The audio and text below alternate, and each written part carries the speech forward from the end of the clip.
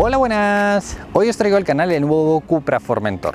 A modo de resumen, para que os hagáis una idea, Cupra antes era la versión deportiva de SEAT y desde hace un tiempo por aquí se han separado y empezaron a sacar modelos diferentes. Antes tenían modelos que eran, a lo mejor cogían un Ateca y le ponían Cupra Ateca, modificaban unas cuantas cosas y poco más. Pero ahora empezaron a sacar modelos nuevos que no tienen, entre comillas, nada que ver con SEAT, como el Formentor. Ya no hay un SEAT Formentor, sino que es Cupra Formentor. Es la misma plataforma que un León. De hecho, las cuotas son prácticamente similares, menos la altura del suelo y la altura hasta arriba, que es un par de centímetros más alto y es un poquito más largo en el Formentor.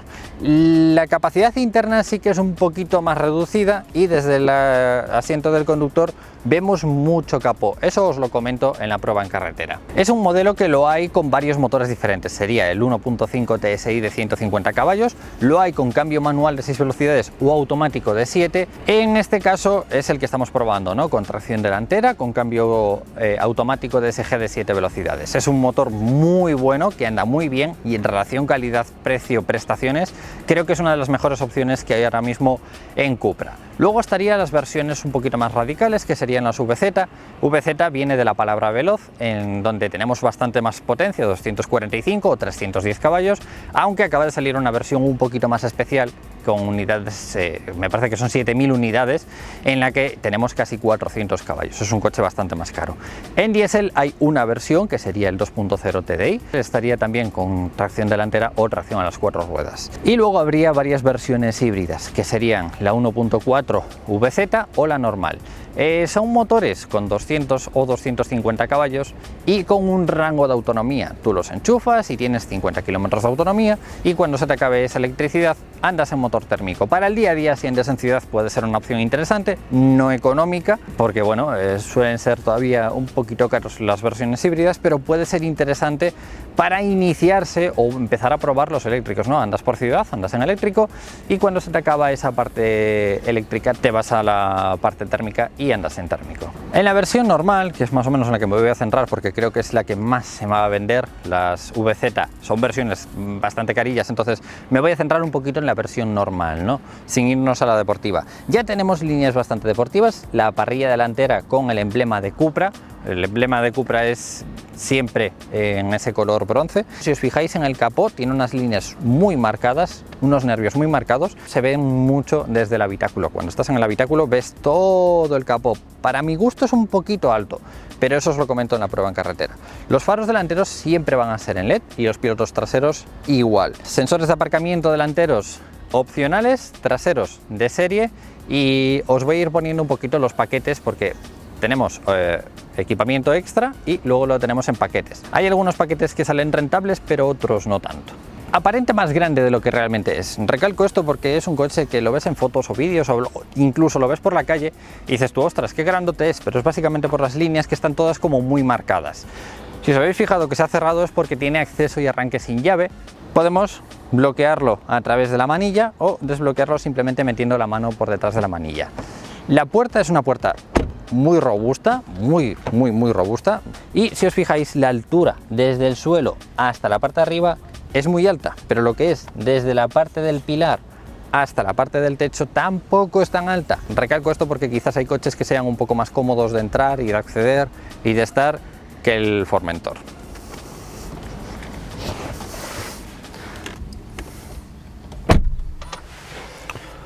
Una vez entramos, el salpicadero es alto, la puerta es alta y recalco lo de que vemos todo el capó. La sensación es muy cómoda, súper confortable. Un detalle a tener en cuenta son los asientos. De serie viene con unos asientos normales, con unos reposacabezas que no están integrados.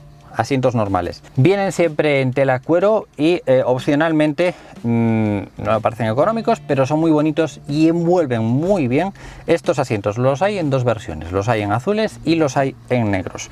Siempre con la costura en este color cobrizo, también en la parte superior, que el salpicadero me parece que está muy bien rematado, tiene un tacto de goma todo a lo largo y tiene la costura, no es un salpicadero de estos como estamos acostumbrados, que en muchas ocasiones la misma goma hace el efecto de costura y ni siquiera está cosido, simplemente es la goma, ¿no? Pero en este caso es de goma, pero la costura es de verdad, y la verdad que el aspecto visual es muy bueno. La pantalla para mi gusto es demasiado grande, es la pantalla más grande que hay, de 12 pulgadas, la hay un poquito más pequeña que yo quizás es la que le pondría, ¿no? Ahora hablaremos del tema de pantallas. Si os fijáis, el cambio automático simplifica mucho esta zona de aquí, es una palanquita para seleccionar la posición de transmisión, tiene regulación de altura, ¿vale? Podéis regular en distancia y en altura el reposabrazos. Estos asientos tienen regulación eléctrica y si ponemos la distancia máxima en el coche tiene muy buen espacio, hasta arriba nos pueden quedar fácilmente 14 centímetros, es un coche bastante alto, siempre y cuando pongamos la posición del asiento hacia abajo. Es una postura de conducción que puede ser para una persona bastante alta, aunque hay que tener en cuenta de que piso los pedales, a pesar de tenerlo atrasado de todo, piso los pedales enteros y hasta atrás nos quedarán unos 13 centímetros más o menos, entonces bueno, pero esto para personas muy altas. Pero si lo ponéis en una postura cómoda para vosotros, que más o menos yo creo que podría ser así, la posición es cómoda, es confortable, está bien. Lo único que quiero recalcar es la altura y el capó. La puerta tiene muy buenos detalles, tanto en calidad como acabado. Y es que en la parte de arriba tenemos acolchado. Aquí tenemos la iluminación ambiental, que veréis ahora en breves. Tiradores, los tiradores sí que son de plástico, pero son bastante robustos. Aquí tenemos cuero con la costura en este color bronceado.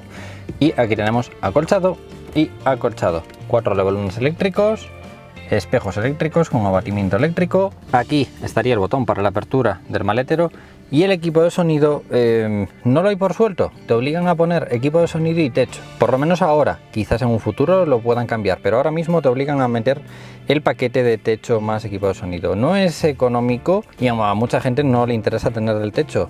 Es cierto que suena bien el de base, este suena bien, pero le noto que falta un pelín de bajos o un pelín de finura en el sonido. Es cierto, suena muy bien, para el 85% este sonido está perfecto. Esta es la llave del coche con el emblema de Cupra, es la típica llave del grupo BAG últimamente, con desbloqueo, bloqueo y apertura del portón trasero. Para encenderlo, pulsamos el botón. Y con vuestro permiso vamos a abrir las ventanillas porque hace un poquito de calor.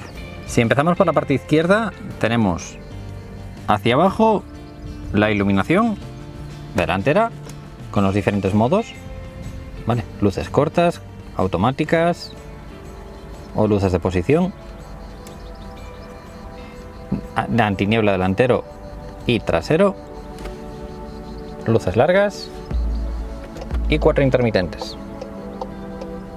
Las luces delanteras y traseras siempre van a ser en LED. Contacto, encendemos el coche, tienen regulación en altura como podéis ver, y a través de los mandos táctiles podemos ir cambiando los diferentes modos, como son en posición, apagadas, automáticas, cortas, largas, muchísima intensidad de luz, como veis no se ve nada. Es una barbaridad la cantidad de luz que tienen estos coches.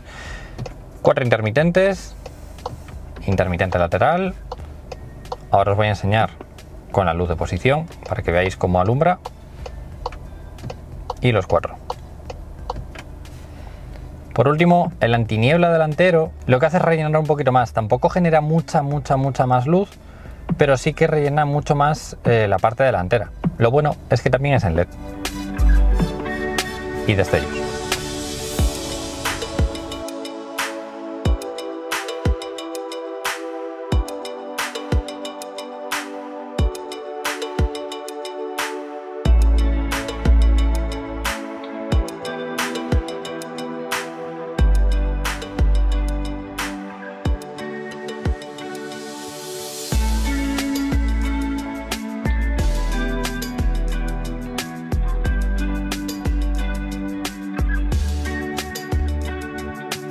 En la parte trasera vamos a tener la luz infinita, que le llama Cupra en este caso, que sería la que rodea de un lado al otro los faros y la que pasa por el medio. Fijaros, contacto,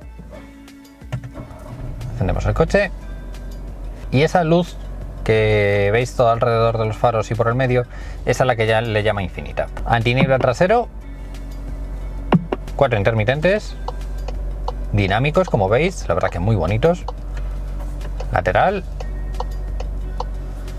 La luz de freno, que a mí no me termina de convencer que sean dos líneas separadas, es decir, no está dentro de la luz infinita, sino que está por debajo de la luz infinita. Habría estado bien que lo hubieran puesto justo en la luz infinita, en el medio, que esa zona se intensificara un poquito más. Pero bueno, por último, marcha atrás.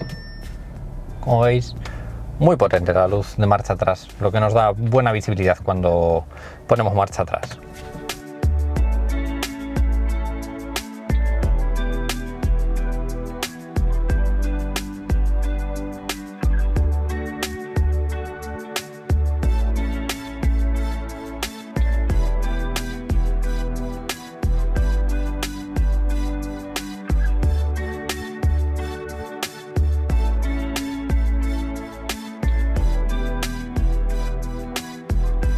Si desbloqueamos el coche a distancia por la noche, se encienden las luces de posición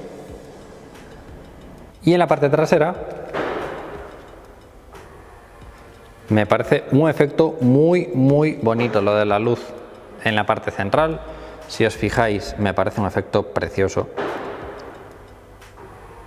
el que hace la luz trasera, muy bonito. Debajo de los retrovisores el emblema de Cupra y cuando abrimos las puertas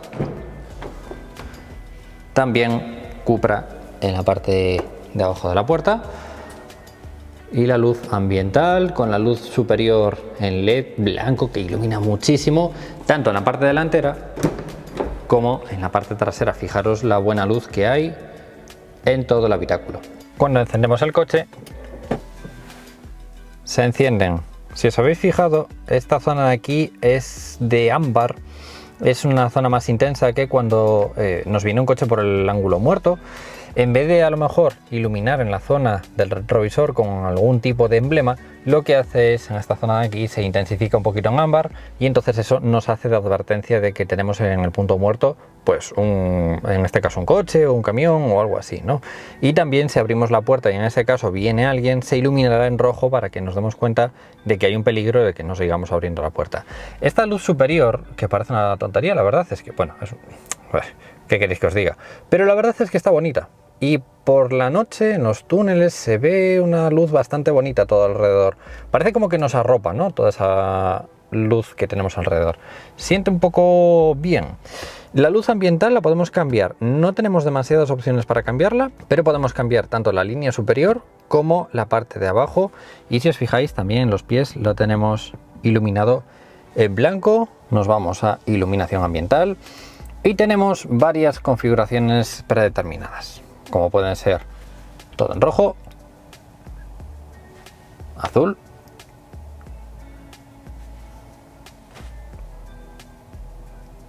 y podemos configurarla nosotros. El problema es que no nos deja configurarla demasiado.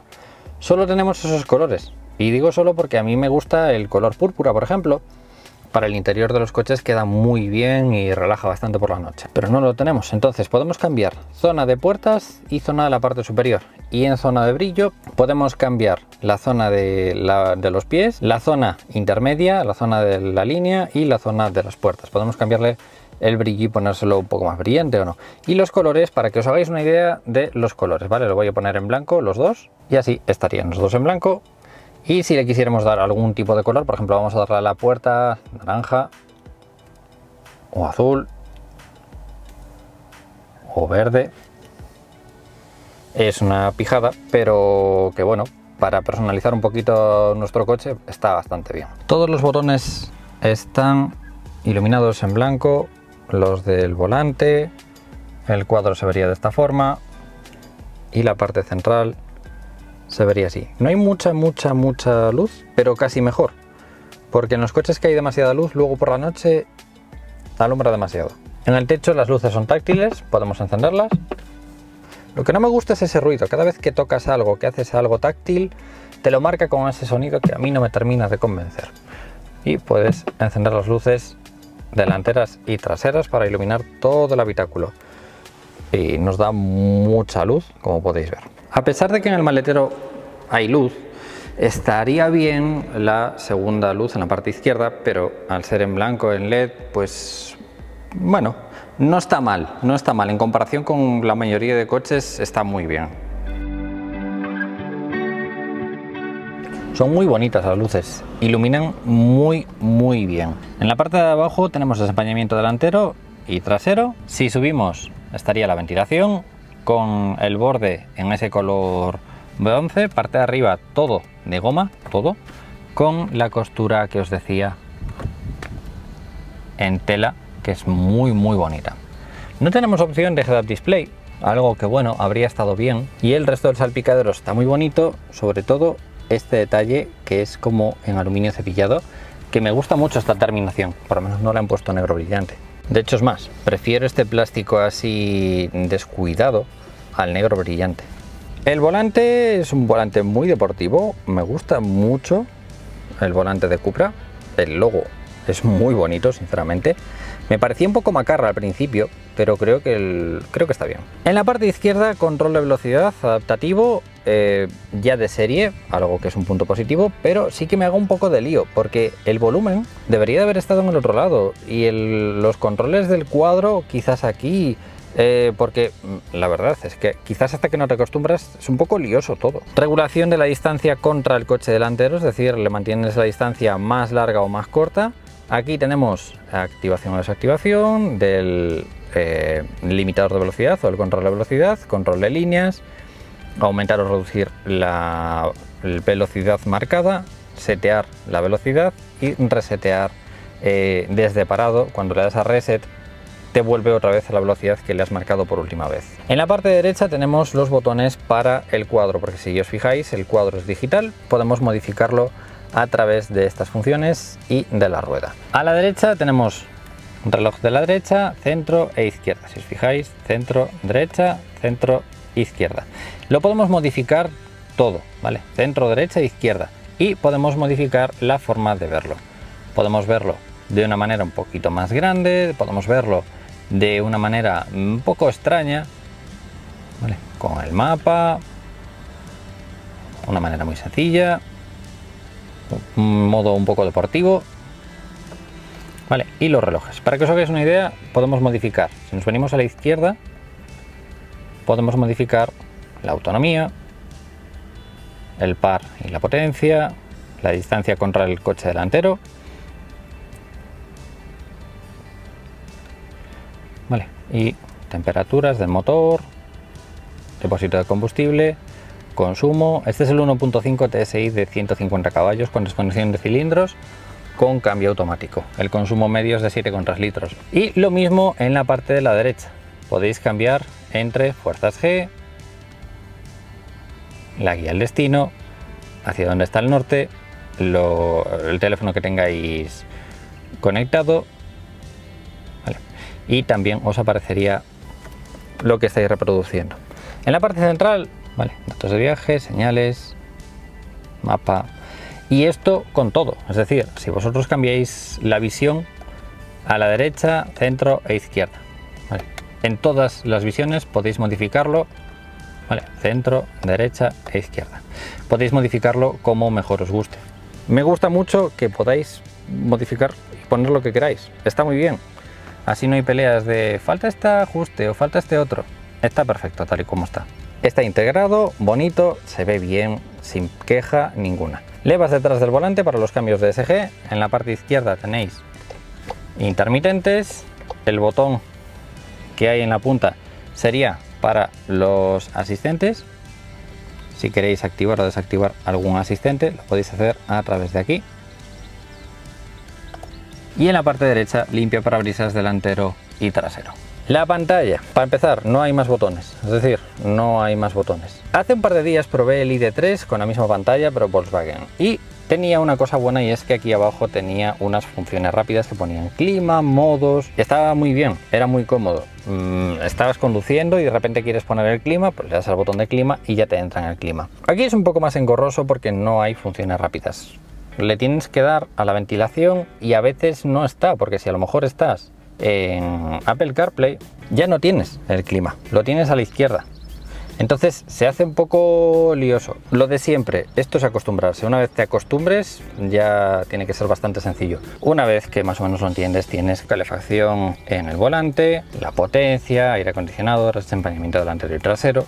Parte trasera, también podéis configurar la ventilación en la parte trasera porque tiene climatización de 3 zonas ya de serie. Y no me voy a parar mucho más porque la verdad que es un sistema multimedia muy grande, como podéis ver, muy grande. Lo bueno que tiene Apple CarPlay, entonces tenemos nuestras funciones, nuestros ajustes y nuestras aplicaciones, pero es cierto que lo veo muy grande. Es una pantalla muy grande que no necesita que los iconos sean del tamaño, fijaros en el tamaño de los iconos, son iconos enormes. También tiene Apple CarPlay a través de cable. Conectáis el Android a uno de esos conectores a través de cable y os aparecería Android Auto en esa zona. Pero a modo rápido tiene la pantalla de 12 pulgadas, navegación integrada, radio digital, teléfono, Apple CarPlay, modos de usuario. En vehículo ajustamos ciertas cosas del vehículo, ¿vale? Como son perfiles, iluminaciones, como habéis visto. Pero tampoco me quiero parar porque os digo que son muy grandes los sistemas multimedia a día de hoy. Datos de viaje, ahí nos pone pues los consumos, para que veáis un poquito los consumos en los 900 kilómetros, está haciendo un consumo de 7,3 litros. Repito, siento no pararme, pero si no nos echaríamos ahí 3/4 de hora. Si bajáis un poquito, 4 intermitentes, la ventilación, sí que el tacto de la ventilación es como un poquito plástica, poquito endeble. El hueco del teléfono es súper grande, con carga inalámbrica, podéis poner el teléfono ahí y automáticamente se pone a cargarse. Huecos en la parte lateral y doble USB, como podéis ver, es un hueco muy profundo. Tiene amplificación de señal de antena del teléfono, es decir, si tú pones el teléfono ahí te amplifica un poquito la señal para que tengas más cobertura y no se te pierda tanto la señal en llamadas. En la parte central tenéis 2 huecos de goma con una muy buena terminación, o sea, me gusta mucho el tacto en general del coche. Y esta llave entra ahí, esta llave entra ahí. Estaba viendo el logo de la llave y estaba diciendo, ¿y por qué pone el logo de la llave ahí? Amigo, para no perder la llave. Perfecto.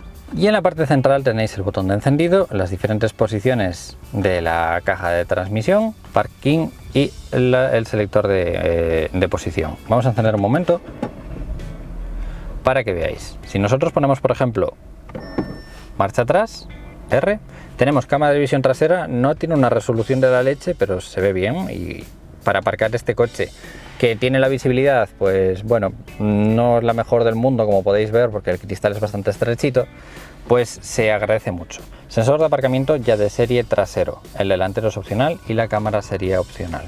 Luego tendríais D de drive hacia adelante, o podéis cambiar entre Sport. El Sport lo único que va a hacer es bajar un poquito más de las relaciones en los cambios automáticos y el pedal del acelerador. Si este es el recorrido habitual para pisar de 0 a 100% de potencia, lo que hace es acortar un poquito el recorrido, entonces con un poquito que pises ya es como si fuera más potente, aunque no es así, simplemente que está un poquito más ajustado para que la sensación sea más potente. Hacia atrás tenéis el auto hold, que sería para mantener el freno mientras estáis en un semáforo, en una pendiente. El freno de estacionamiento lo podéis quitar o lo podéis poner. Bloqueo del coche. Hacia atrás, doble portabebida. Si os fijáis que pone un logo ahí de una llave y unas ondas, es porque si algún día os quedáis sin batería en la llave, la ponéis en esa zona. Y aunque no tenga pila la llave, ahí justo en esa zona tiene un receptor para la llave. El reposabrazos es súper cómodo, acolchado, regulable en distancia y en altura, con bloqueo, como podéis ver. Y en la parte central, toma de 12 voltios y poquito más. El resto sería todo en plástico duro. Habría estado bien que en la parte de abajo hubiera como una especie de alfombrilla de goma o algo así, porque antes tenía, por ejemplo, mis llaves aquí y sí que notaba que estaban cacharreando por ahí. El techo lo hay de 2 colores diferentes, este sería en negro y opcionalmente le podéis añadir el techo panorámico. Aquí tenéis la llamada de emergencia, las luces son táctiles, como veis, izquierda y derecha, y podéis encender las delanteras y traseras, luces con las puertas abiertas. Luego tenéis llamada de información y llamada al taller. Espejo por lo que parece no es fotosensible. Y por aquí espejo con luz en LED, más espejos con luz en LED.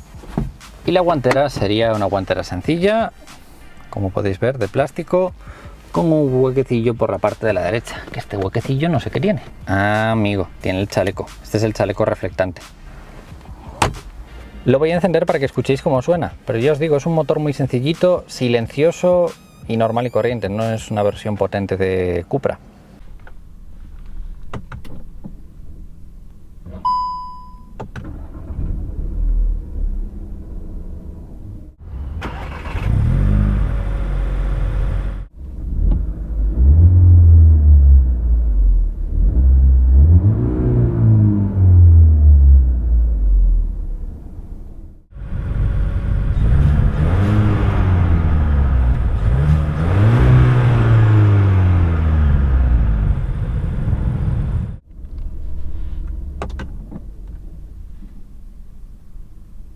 Es cierto que estos asientos son súper cómodos, tienen el emblema de Cupra en la zona de la cabeza, las costuras en el color bronce, el espacio hacia la parte trasera, y sería en la parte central micro perforado, en la parte lateral todo cuero liso, asientos calefactados con regulación eléctrica y memorias en los asientos. Son unos asientos muy cómodos, parecen ser más duros de lo que realmente son bien, y para una persona de tamaño medio como yo encaja bien. Tener mucho cuidado las personas que seáis así un poquito más anchas de espalda.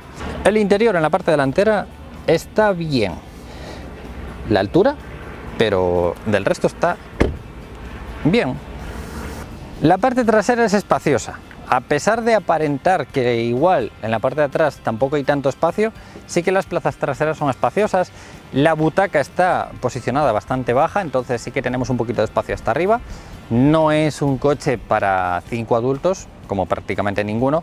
Sería un espacio bien para 2 adultos en la parte trasera, ¿no? Y a diferencia de muchos coches, la puerta trasera sigue sonando robusta, igual que la parte de adelante. Los cristales traseros oscurecidos y el acceso pues no es el mejor del mundo, básicamente porque podríamos pensar que es un poquito más alto de lo que realmente es, pero la posición de la banqueta trasera es la misma que la de un león. Quizás la veo muy abajo para quizás acomodar a los niños en la silla, ¿no? Así que tener en cuenta que si tenéis niños, quizás mejore la teca. La entrada, si no, pues es normal.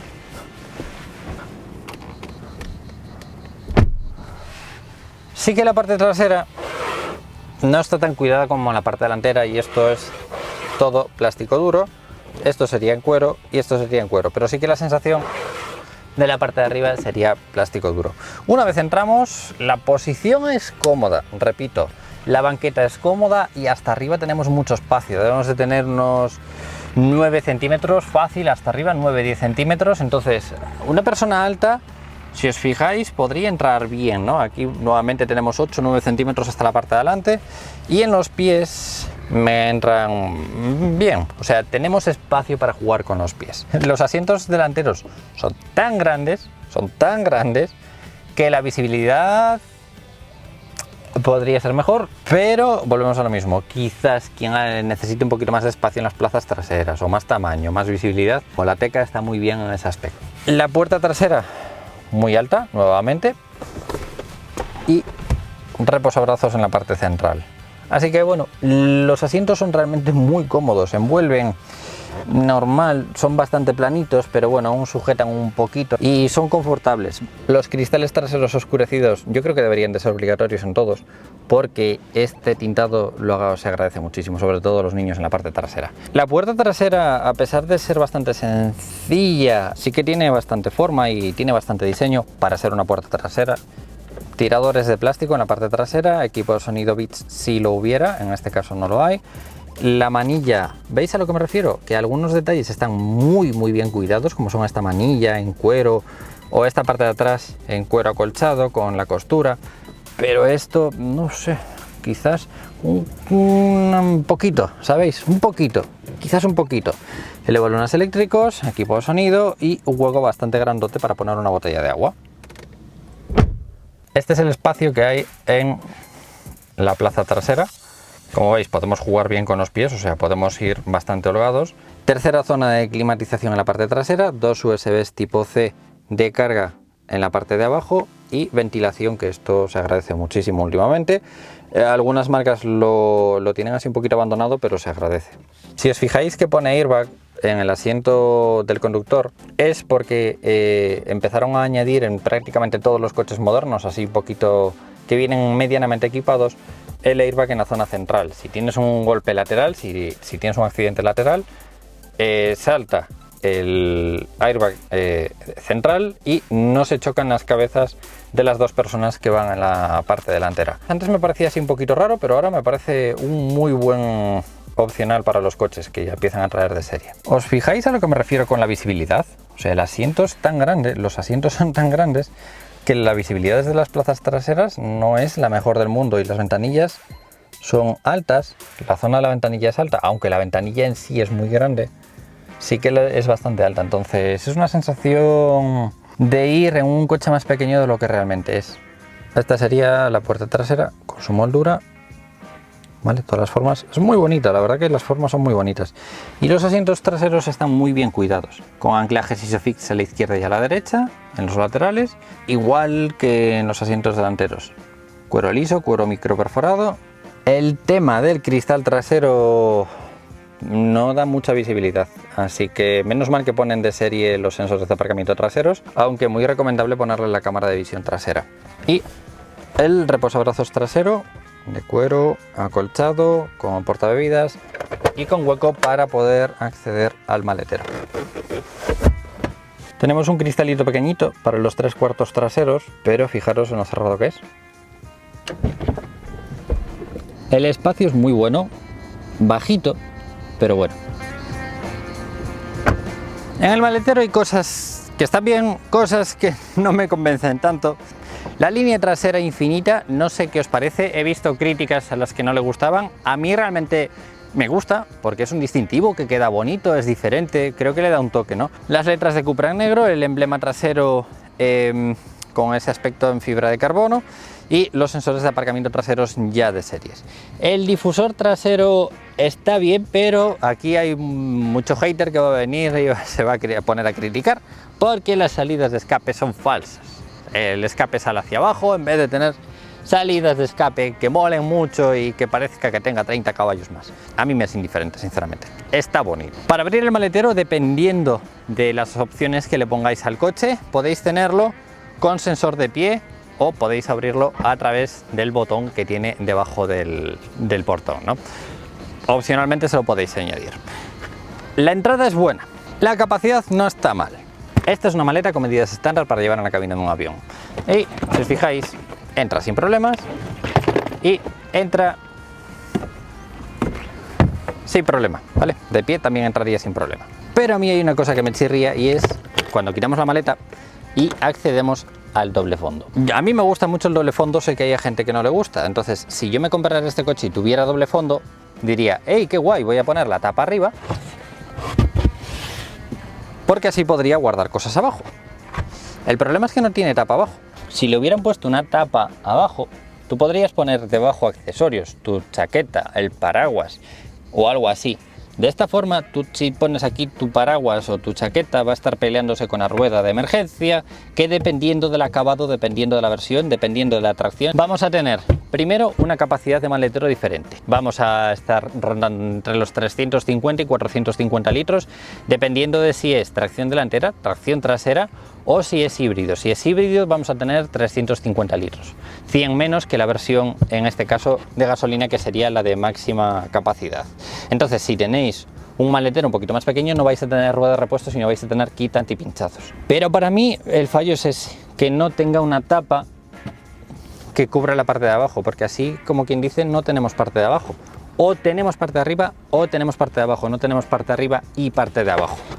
Esto lo podéis bajar así y de esta forma ya tenéis el maletero máximo. Los triángulos de emergencia también tienen el emblema de Cupra y el espacio está bien, la verdad que el espacio es bueno. En la parte derecha hay una luz en LED, tenemos un enchufe no es toma de 12 voltios, sino que es un enchufe, así que si tenéis una nevera o algo así, pues me parece una muy buena idea. Los tiradores para batir los asientos traseros, anclajes, el tirador y por la parte izquierda un poquito más. Lo que sí, han dejado el hueco, pero no le han puesto luz LED. Habría estado muy bien que le hubieran puesto la misma luz en la parte izquierda que en la parte derecha. Habría estado muy bien. Y si quitamos la tapa, ahí está la rueda de repuesto con las herramientas. Y este sería el espacio con la tapa en la parte de arriba. Sí que es cierto que se reduce un poquito más de espacio, pero también queda un poquito más alto y más cómodo para no tener que agacharnos tanto a recoger las bolsas o la carga. Para batir los asientos están estos tiradores. Quitamos la bandeja y con la tapa del maletero en la parte de arriba nos quedaría todo totalmente plano. Y es cierto que la capacidad es muy buena, ojo, que es muy buena, sí señor. Si bajáis la tapa perdéis un poquito lo de que no quede plano, pero ganáis un poco de espacio. Para cerrar el maletero, o bien lo podéis hacer a través del botón que hay en el plafón, en la parte superior, o bien si tenéis equipado el control gestual, le pasáis el pie, lo de siempre, y se cierra automáticamente. Esto es súper útil, más útil de lo que la gente se piensa. Quizás yo le añadiría este control gestual porque cuando vienes cargado o te vas cargado, súper cómodo poder abrir y cerrar con el control gestual. La parte trasera me sigue, no sé si chirriando o no, creo que es falta de costumbre. Es cierto que es muy bonita, yo creo que es muy bonita. En cuestión de colores, aquí un apunte, lo hay en color mate. Tener cuidado con el color mate porque necesita cariño y mimos. No es lo mismo limpiar un coche normal que un coche mate satinado. Aparte de que los colores en mate son caros, sobrepasan los 2.000 euros los colores en mate. Lo hay dos, en gris y en azul. El resto de colores son colores normales, básicos, sencillos. El rojo y el blanco serían colores gratis, pero yo le añadiría el rojo. El rojo es precioso, fijaros los destellos y el color tan bonito que tiene este coche. En llantas no hay mucha variedad, hay un par de ellas que me parecen que son demasiado para este coche, pero en general están bonitas. No sé, para gustos. ¿Qué me decís? ¿Os gusta el coche o no? Yo quizás lo tendría en este color rojo, A ver, yo de los mates escapo completamente. El resumen del coche. Es un coche diferente, es un coche, yo creo que enfocado más bien a gente que quiera un poco de estética, un poco de exclusividad, un poco de deportividad quizás, porque ya os digo que para alguien que necesite un poco más de utilidad y está el Ateca. El Ateca es un muy buen coche en ese aspecto y tampoco es mucho más grande en cotas que este. Pero en general es un coche con una conducción muy buena. El consumo, ya estamos acostumbrados, este motor es un motor bastante eficiente que puede ir a 2 cilindros y consume bastante poquito. El cambio es muy bueno, es un cambio de DSG bastante bueno en general. Entonces, en cuestiones de dinámica, os hablo en la prueba en carretera sobre él, os enseño un poquito cómo anda y las sensaciones que me da. Espero que os haya gustado, como siempre, si le dais a me gusta, comentáis o compartís, os lo voy a agradecer mucho y nos vemos en próximos vídeos. ¡Un saludo!